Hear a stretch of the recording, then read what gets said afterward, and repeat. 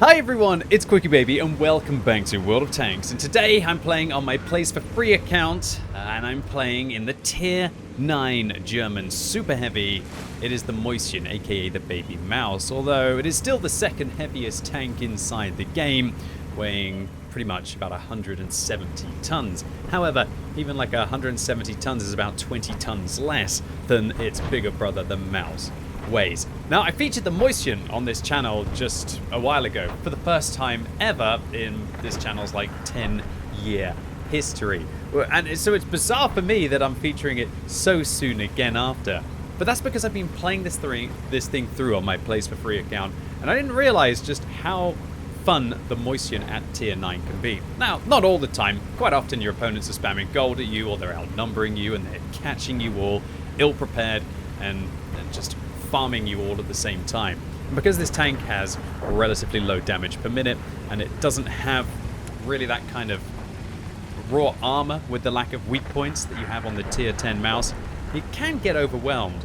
However, still to have like 2,500 hit points at Tier 9 is absolutely outrageous, and for some reason this tank has just been giving me so many great fun games that I've got some more to show for you today. And today this is an outrageous game for the Mäuschen for many reasons. As you might have seen in the thumbnail, yeah, that'll be happening later on, but that's not just it. This tank just seems to just create magical moments for me. I love its like little ramming. I like the all-round mobility upgrade that this vehicle has got from the turbo, making it go from something that's truly painful to play to something that just, it's playable with that kind of like 20% increase. I like being a juggernaut in World of Tanks, and what I like even more is when I get to snapshot ELC even 90s, shutting down one of the most filthy tanks in the game. And that was a delicious fire afterwards. Either they don't use a fire extinguisher or they didn't quite react quick enough. So I'm asking the Scorpion to come and assist me. There's another very healthy tank on the enemy team. It's the WZ-114. That's another vehicle that I personally quite enjoy to play, because I think it's just, again, got enough hit points to do some stupid things. But what happens when two stupid tanks with large amounts of hit points and low damage per minute end up in front of each other? Well, it kind of turns into a bit of a duel, right? A juggernaut duel. Luckily, I bounced the Chafu Tier 4, I bounced the 114, I asked the Scorpion G for help, and I realized that when our team is already down by 2 tanks and 2,000 hit points, it's important that we get forward. And I've actually got the damage per minute against this WZ-114, who I think maybe like fat-fingered his keyboard there, and he decided to try and fire HE against me. But oh, here we go, Mäuschen N! And that's actually a very disappointing ram. But at least I do manage to track him.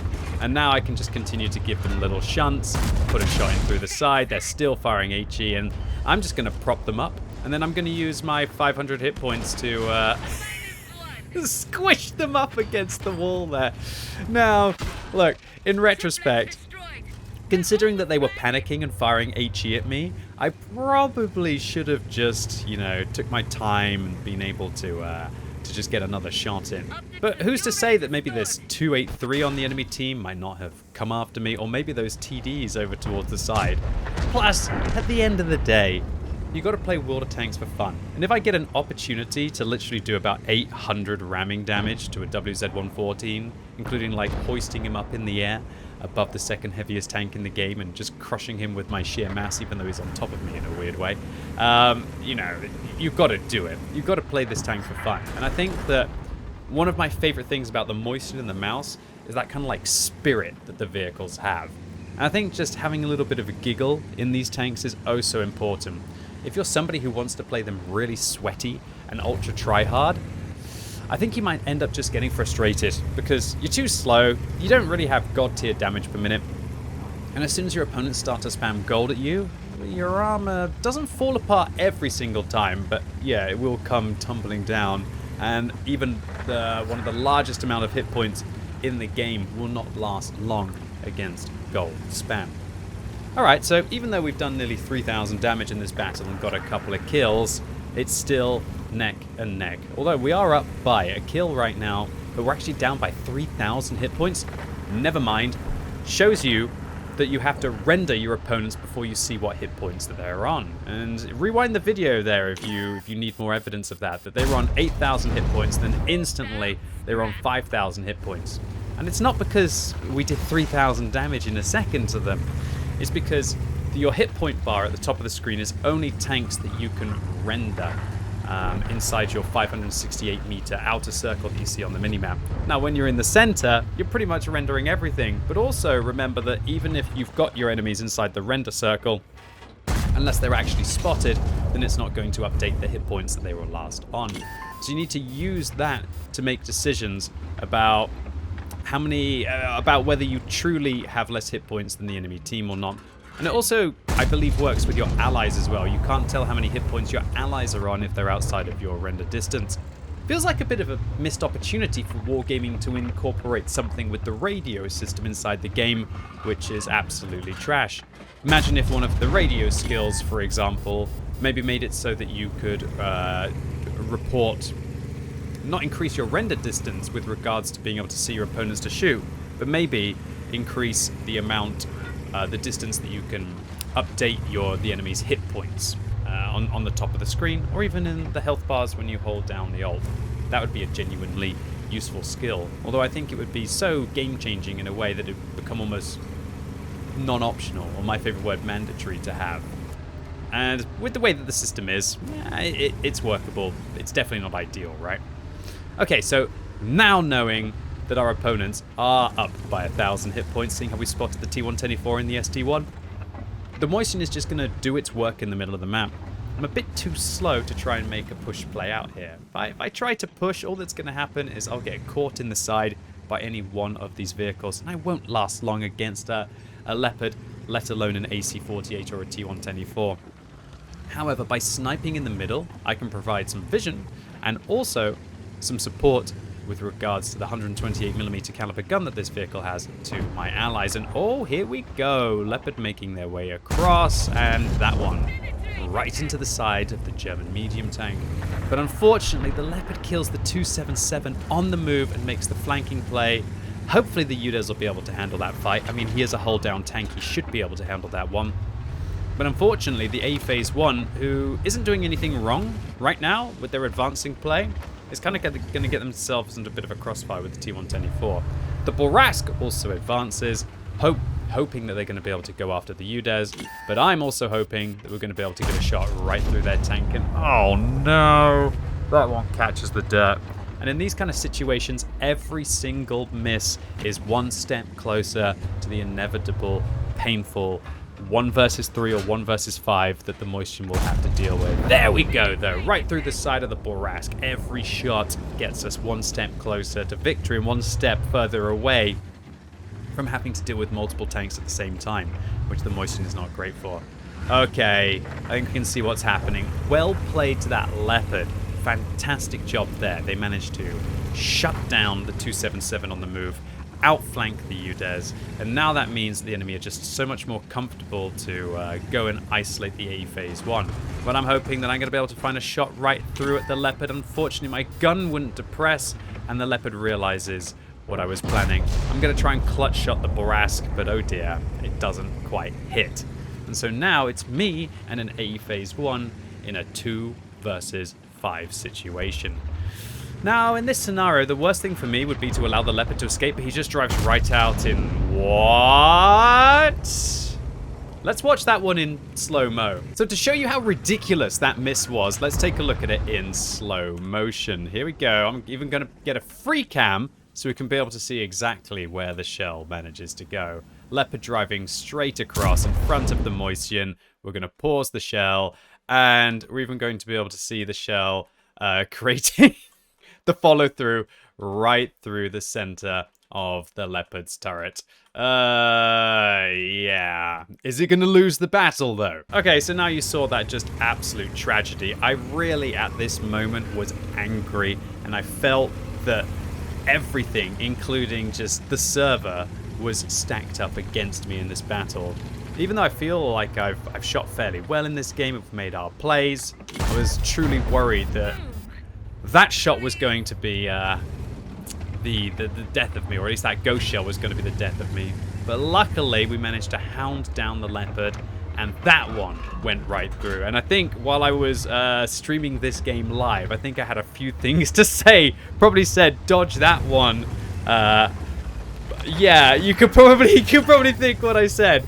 And luckily, with the shot against that Leopard and the A Phase 1 shutting down the ST1, now we are in a 2 versus 3 situation, which seems to be a lot more favorable for us. Unfortunately, my RNG is not getting any better. This vehicle with its .38 accuracy is clearly not meant to be a sniper. And considering I don't use premium consumables on this account, and I'm grinding towards the mouse, so I don't have the field mods that improve the accuracy, yeah, this is just the free-to-play difference here. I'm also quite impressed that I haven't spammed any gold in this game, although I think if things start to get any more tense, I'm probably going to liberally apply the 2 key.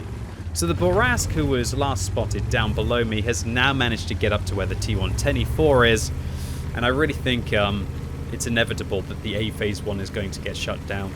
And so what I need to do is to make a commitment play. I've sat in the middle for long enough. I can't sit in the middle for any longer, especially with there only being 4 minutes left on this battle. And so I'm going to announce the A Phase 1. I will cap. And I feel like that has got to be my play right now. If the enemies are flanking me, I'm never going to be able to catch them. And if they start capping, they can force me out into a position where I just don't really think I'm going to be able to get an interrupt. I feel like this is my only chance, which I announce with possibly the worst typed only chance in the history of humanity, that I strongly feel that I've got to take this cap circle. Now, if I can get into the cap circle, you've got to be careful, because if they can get 2 tanks inside my cap circle in time, or at least 1 tank inside the cap circle, and then somebody comes back to reset, that's a guaranteed win for them. But by just placing myself in the cap circle, I'm hoping then that will force the enemies to come back for me. And in these kind of situations where you feel everything is stacked against you, including the Ghost Shell, and there's my A Phase 1 getting shut down by the Borask, I really need to do something quickly to force the enemies.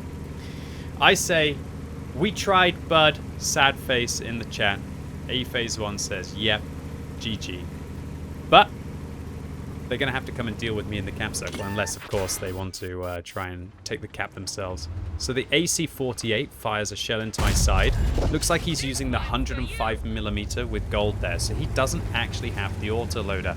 That is information that we can use to know that he's less of a threat if I'm having to get engaged by multiple tanks. And here we can see the gloves are off. I'm loading gold. And I asked something in chat that's very important. Can you tell me their HP? Because I just wanted to triple check. I didn't think I was rendering the Borask's last position. I couldn't remember.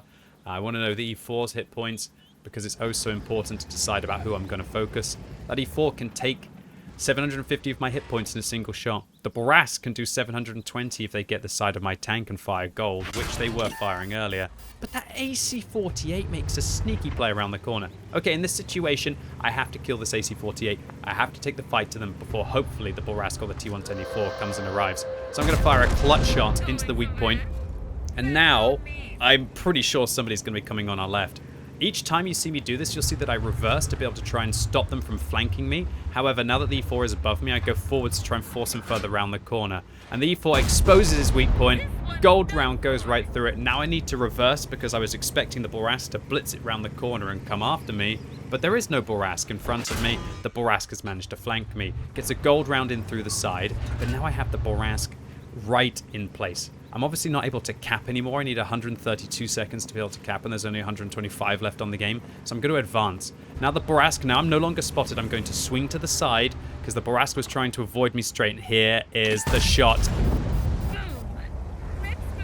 Boom, next please is a worthy response for this game. Oh my lord, ladies and gentlemen, boys and girls.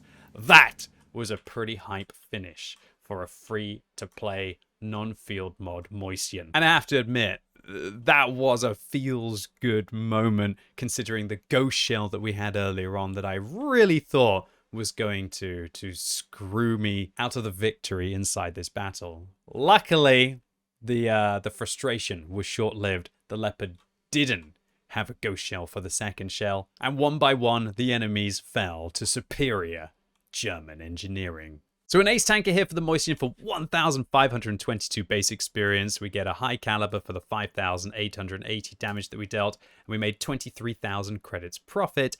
even when firing a few gold shells when things got really tense at the end. And our 7 kills nets us a top gun. This was everything that you could possibly want for a free-to-play Mäuschen. And also a shout out to Mabate for the valiant effort in pretty much their 1 versus 3 and for the team spirit in this game. So the Mäuschen, a tank which I can't believe that I ignored for all of these years. Recently, it's actually been getting me one of my best win ratios on my free-to-play account. Having some of the most fun moments on the free-to-play account. And I think it just kind of suffers a bit from being the diet version of the tank that you want to play, aka the crown of the German super heavy line, the Maus. But irrelevant of this not being the biggest and arguably the best super heavy in the game, it can certainly pull off a few bangers. Anyway, ladies and gents, boys and girls, that was it for today. Really hope you enjoyed this video. If you did, give it a thumbs up. If you hated it, give it a thumbs down. Let me know in the comments down below how often you get ghost shells in World of Tanks. And if you're watching this video as it's released on Monday, I'm going to be going live all day with new tokens so you can get closer to your T14 heavy tank. So come along on twitch.tv/QuickyBaby, get yourself some fat loot and hopefully see some fat games like this one as well. And as always, thank you so much for watching. You've been epic and hopefully I'll see you soon.